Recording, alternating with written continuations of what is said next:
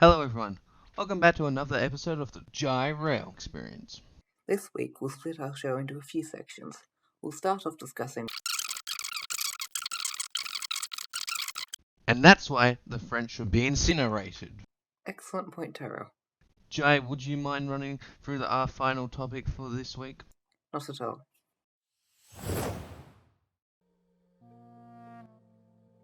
In the ancient city of Troy lived a princess, Cassandra, a daughter of King Priam and Queen Hecuba of Troy. She served as priestess in worship of Apollo, and as such had vowed to chastity.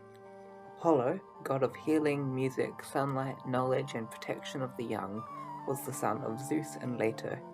He possessed many powers, including the ability to see into the future. Apollo was worshipped and had many temples built in his honor, some of which he would frequently visit. As Apollo would learn, at one such temple presided Cassandra.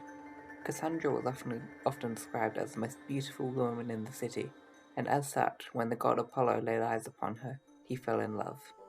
One night, in her sleep, Cassandra was visited by Apollo, who confessed his desire for her. He offered that in exchange for sexual favors from Cassandra, he would give her one of his powers, the gift of prophecy. Cassandra accepted, but when it came time to delivering on her promise, she hesitated. Some say she couldn't bear to break her vow, whilst others claim she used her newfound gift and saw Apollo standing beside her city in ruins. But by any account, she refused the intimacy that Apollo demanded. Angered from the rejection, Apollo laid a curse upon Cassandra. For as long as she could foresee the future, no one would ever believe her prophecies. From that day, Cassandra was routinely called a liar, insane, a madwoman. Even her own family wouldn't believe her. She lived a life outcast from her loved ones, but then one day, Cassandra looked into the future and saw intense warfare and suffering.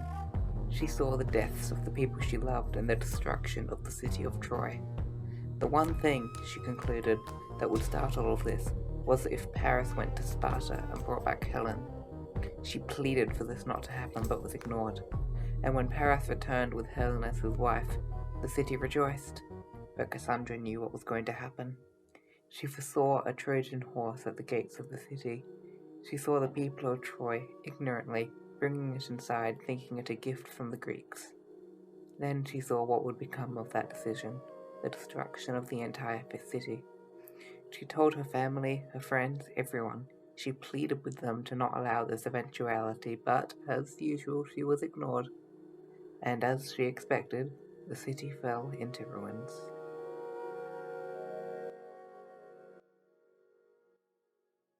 It's worth noting that this ancient Greek tale wasn't actually true. Yet.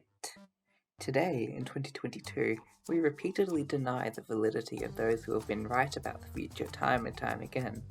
Instead, we debate whether modern-day Cassandras actually know what they're talking about and deny evidence right in front of our eyes. Since the year 1900, the concentration of CO2 in the atmosphere has increased by more than 100 parts per million, a rise of 33%. And despite decades of research into atmospheric models claiming that repeated carbon emissions can be dangerous, legislation is woefully behind. And it's not just carbon either. Fertilizers release nitrous oxide into the atmosphere. Agriculture and waste management releases weak methane. And an increasing temperature means that more water vapor is in the air. All of these gases are considered greenhouse gases. As they build up in the atmosphere, heat that should be reflected off Earth back into space is instead absorbed and radiated back down, slowly cooking the planet. Since the Industrial Revolution, the mean temperature of Earth has increased by 1 degree, and in many places, such as the Arctic, the increase has been up to 4 times that amount.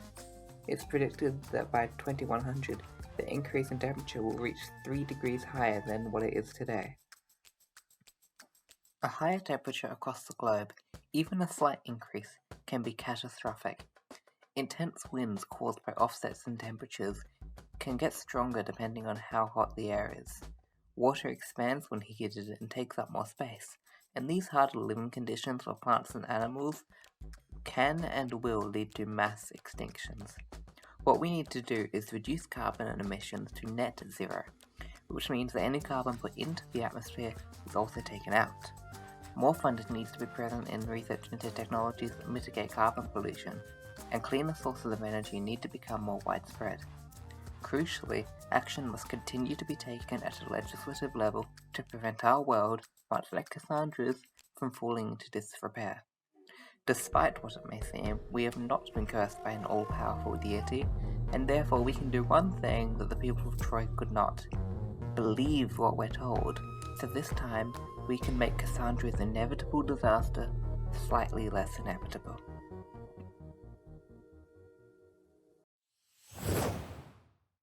Anyway, that's all we have time for this episode.